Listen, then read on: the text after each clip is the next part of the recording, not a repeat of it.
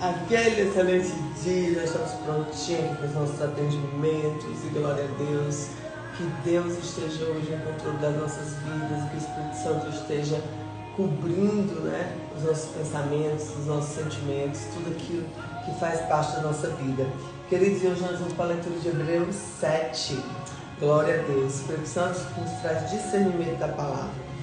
Porque este Melquisedeque, que era um rei de Salém, sacerdote de Deus Altíssimo, e saiu ao encontro de Abraão, quando ele regressava da matança dos reis, e o abençoou. A quem também Abraão deu dízimo de tudo, e primeiramente por interpretação, o rei da justiça, e depois o rei de Salém, que é rei da paz.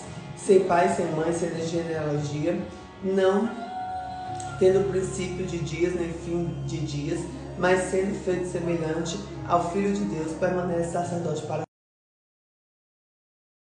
quão grande era este, que a quem até o patriarca Abraão, só um pouquinho, gente, com quem até o patriarca Abraão deu os dízimos dos despojos.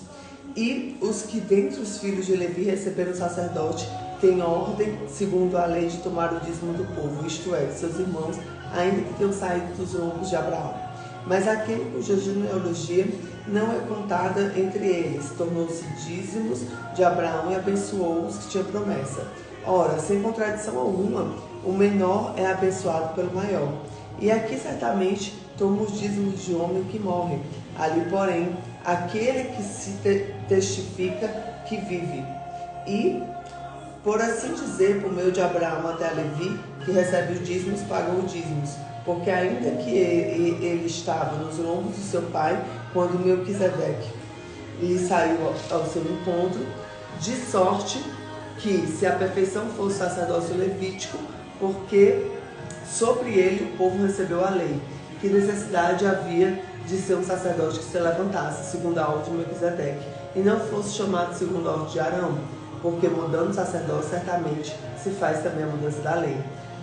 Porque aquele de que essas coisas dizem pertence à tribo, da qual ninguém serviu ao altar, visto ser manifesto que nosso Senhor procedeu de Judá, e concernente à tribo de Nuca, Moisés falou do sacerdócio.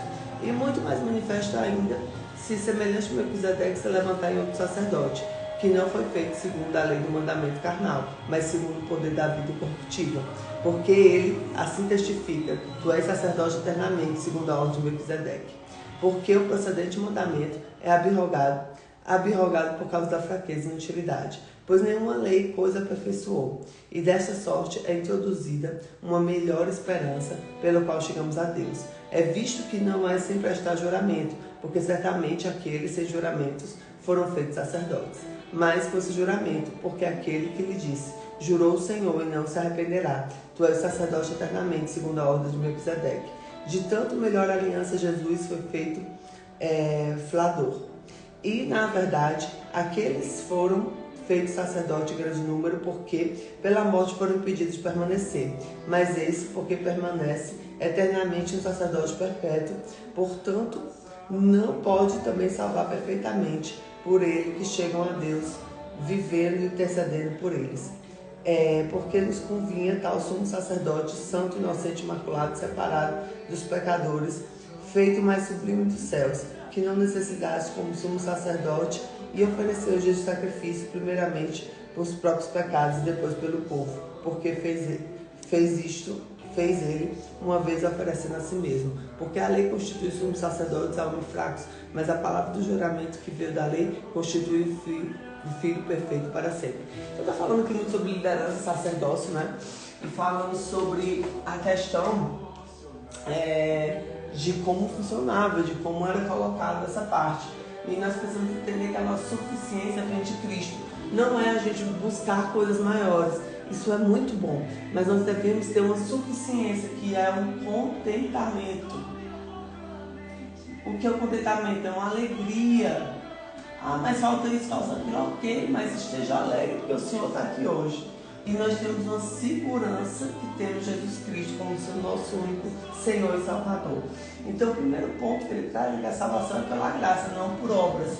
Então, a graça, que é o favor imerecido, é o que traz a salvação. E segundo ponto, nós precisamos confiar no sacerdócio eterno de Jesus Cristo. Ele é o nosso sacerdote, ele foi dado, né, como aquele que veio para nos dar a salvação. Nós precisamos depender exclusivamente de Deus. Não dependa de homens, não dependa de coisas, dependa de Deus. E no quarto ponto, nós devemos buscar uma vida de santidade, porque é onde o Espírito Santo habita. O Espírito Santo só vai habitar em templos que têm santidade, que é digno de uma aliança com Deus. O que é uma aliança? Um compromisso. Certo? Então nós precisamos estar firmes em Jesus Cristo e com a aliança eterna com Deus. E quando nós estamos nessa aliança, nesse movimento, nesse agir, todas as coisas prosperam. Eu já desejo para você um dia próspero, um dia abençoado, um dia cheio do mover do Senhor, cheio da graça de Deus, que você possa estar ouvindo a voz do Espírito Santo e tendo clareza de todas as decisões e tudo aquilo que você vai fazer hoje. Que Deus te abençoe, te guarde, te proteja, que a graça dele esteja sobre ti, sobre tua casa, sobre os teus pés, sobre as tuas mãos, em nome de Jesus. Fica com Jesus.